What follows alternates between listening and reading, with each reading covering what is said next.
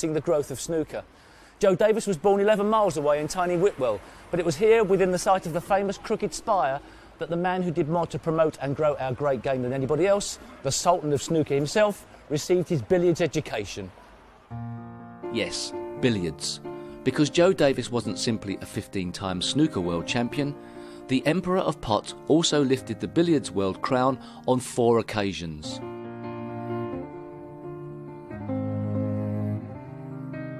Joe was born on the 15th of April 1901 on this very street in Whitwell, in the coal mining hotbed of North Derbyshire. His father, a miner turned publican, wanted Joe to become a boxer like many in the village who'd gone on to great things. But it was when his ever-ambitious father moved the family to a second pub in Whittington Moor that betting enthusiast Fred Sr. had unintentionally gambled on a better future for his young son.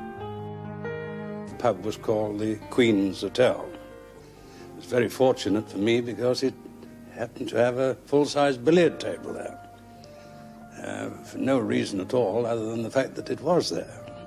And this is where I started to play at the ripe old age of 11. I was very fortunate, and also fortunate, that the billiards table there had a false floor, about three inches higher than it normally would have been.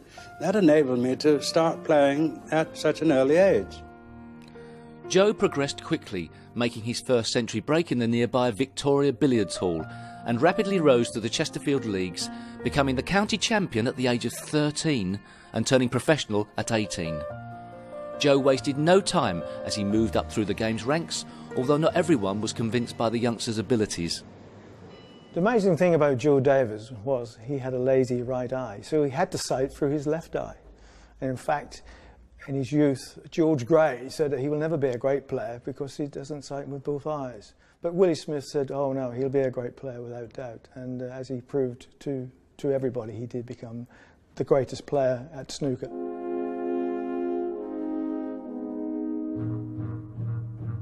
He really came of age in 1926 when he reached the World Billiards Championship final.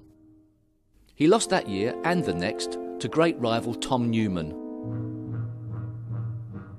But by 1928 he was the best in the world and caused a great stir on his return to Chesterfield with the trophy.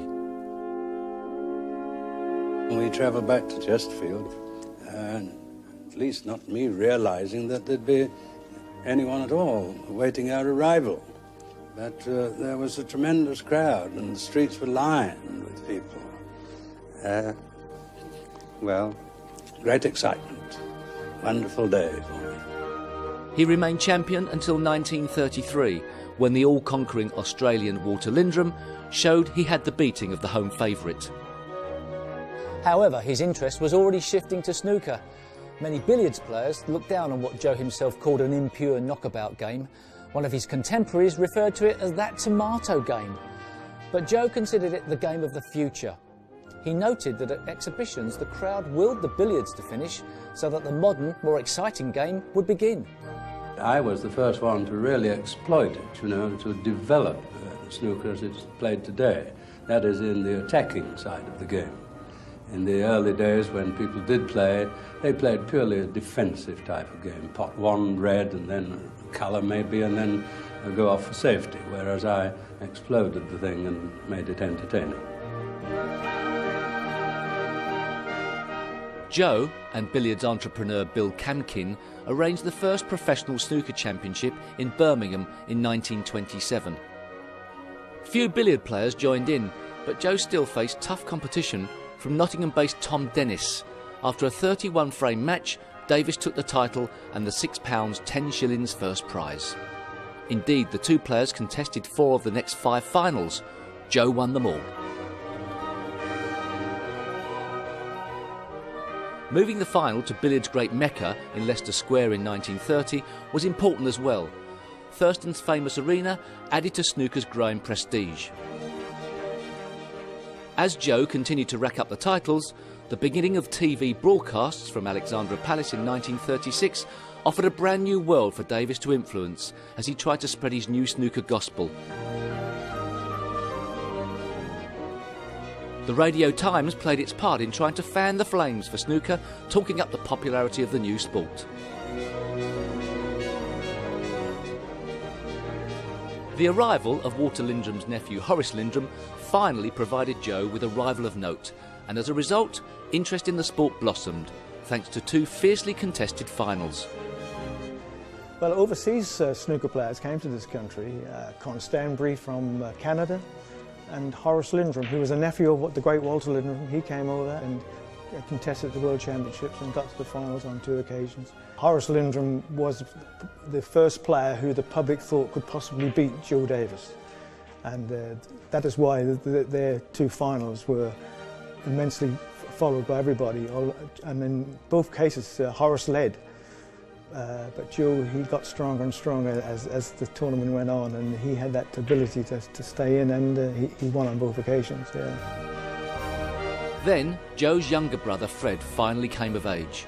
With war breaking out across Europe, there was one last World Championship final at Thurston's in Leicester Square.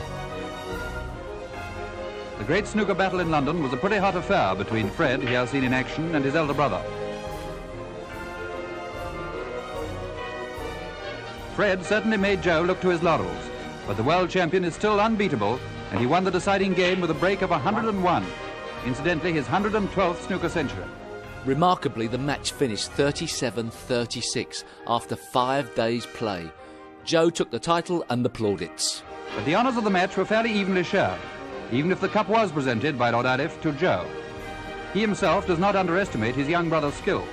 For another year, at any rate, I'm pretty safe, and it may be for the duration of the war, because Fred next month is due to register for the army, so that might keep him quiet for a while.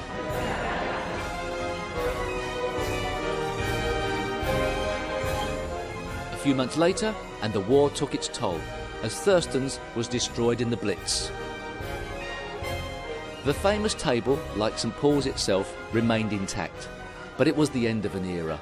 Thurston's had been comparable to Wimbledon or Lord's as a venue in the nation's sporting consciousness. Joe went on tour during World War II, playing exhibitions as part of a theatre group with an enormous mirror hung over the stage so spectators could see clearly. The championship resumed in 1946 at the Horticultural Hall in London. Davis successfully defended the title for his 15th consecutive win. I'd been through the process so many times. I thought I'd held the title long enough, 20 years, and I then decided to retire from championship play. There is the trophy.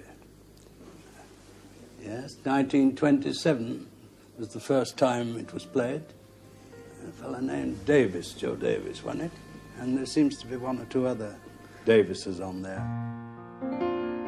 He didn't stop promoting the game he loved, he just felt that his dominance was proving counterproductive. He continued to perform for the cameras and in exhibitions. Joe barely rested as he toured continually, always in demand, always on the road. Fitting for someone who at a very early age had lived in a pub called the Traveller's Rest. It's one of the few snooker landmarks that hasn't been bulldozed by the progress of time. The only vestige of the family's presence here is this plaque presented by BBC Heritage. There was just one more accolade to achieve for Joe to complete his perfect journey. Even after nearly 30 years of being the best in the world, he still hadn't made the magical 147 break. Neither, for that matter, had any of his competitors. But let's let Joe take up the story. Well, it was January the 22nd, 1955, when I was faced with this problem on the snooker table. I thought I was heading for the maximum break, which I'd been hoping to get for well over 30 years.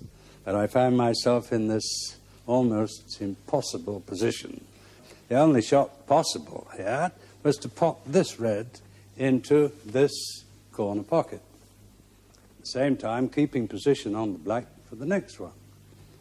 Well, I don't suppose I could ever...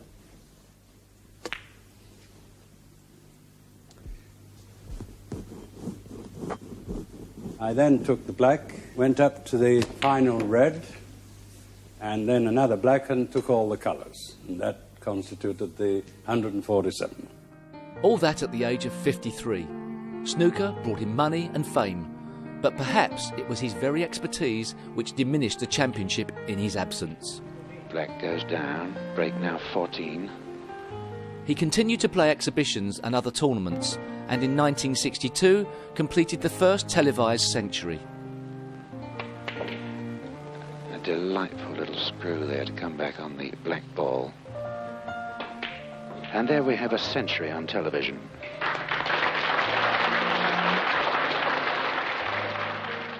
Thanks to his considerable amount of charity work, Joe was awarded an OBE in 1963. He retired from exhibitions 1 year later.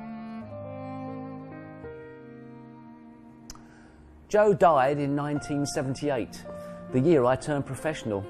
He was 77 and he passed away just 2 months after collapsing whilst watching his brother Fred reach the World Championship semi-final at the Crucible. One of snooker's greatest legends, his autobiography is called The Breaks Came My Way. Read it if you want an education into a different era and a glimpse of the man who ensured that the game of snooker has a legacy. But let's give the final word to Joe when Alan Weeks presented him with a special award on Pot Black in 1977. Well, I'm very, very happy indeed. This is a great surprise and a great pleasure, something that I shall treasure for the rest of my life.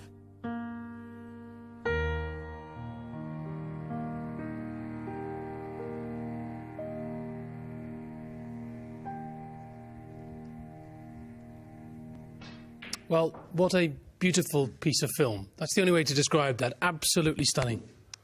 Brings back so many memories, even way back to the black and white film there.